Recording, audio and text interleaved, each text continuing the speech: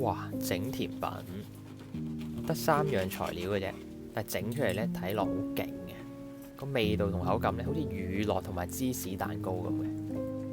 揸咗啲檸檬汁先。如果冇呢個榨汁嘅嘢呢，咁就攞支叉喺個檸檬上面吉幾嘢，跟住吉入啲果肉度一路轉，都會揸到啲檸檬汁出嚟嘅。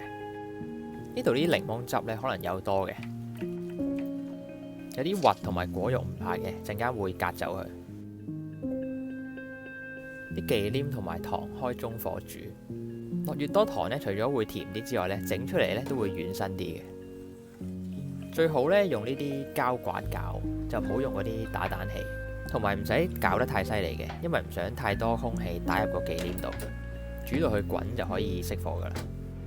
離咗火之後呢，就攞個格西倒啲檸檬汁入去，份量呢，就睇你中意食幾酸啊。你可以落一半先，試完味再調整。同埋落得越多檸檬汁呢，整出嚟會越結嘅。咁啊，攪勻佢就得噶啦。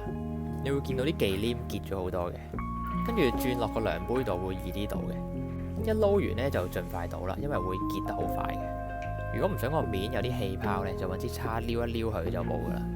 由佢擺喺室溫5至10分鐘先，凍咗少少呢，就可以放入雪櫃，等佢完全凍晒呢，先包實佢。雪最少6個鐘，最好過夜。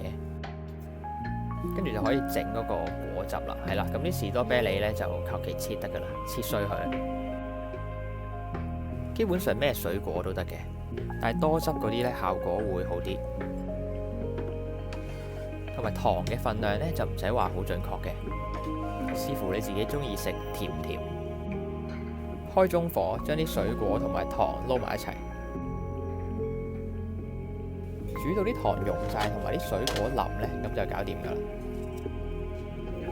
通常出完水呢，等佢滾咗之後呢，再煮多陣咁就得噶啦。因為係快速版，所以唔使煮好耐嘅，純粹要煮到佢有啲汁嘅啫。啲果肉煮到爛晒、腍晒咁呢，就可以熄火啦。跟住趁佢熱呢，就隔晒啲渣佢，剩翻啲汁，大力啲壓晒啲汁出嚟。如果你嫌麻煩呢，可以唔使準備咁多嘢嘅。個甜品呢，雪咗之後呢，就咁食得噶啦。個汁上面呢，有啲泡嘅，咁我會剝走佢。咁呢度就我屋企有啲咩我就攞嚟整啦。有啲哈密瓜切做細細粒，跟住有啲薄荷葉切做絲，士多啤梨又係切粒啦。基本上你屋企有咩水果咁就可以攞嚟用噶。咁水果呢，就食之前先準備啦，因為會出水同埋氧化變色嘅。咁提早擺上去呢，會冇咁好睇。冇放水果嘅話呢，可以喺雪櫃放到2-3日嘅。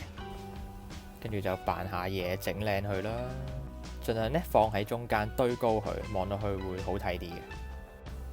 同埋如果你覺得個忌廉啲質地有啲實呢，你就可以提早拎出嚟室溫，等佢變軟少少先食。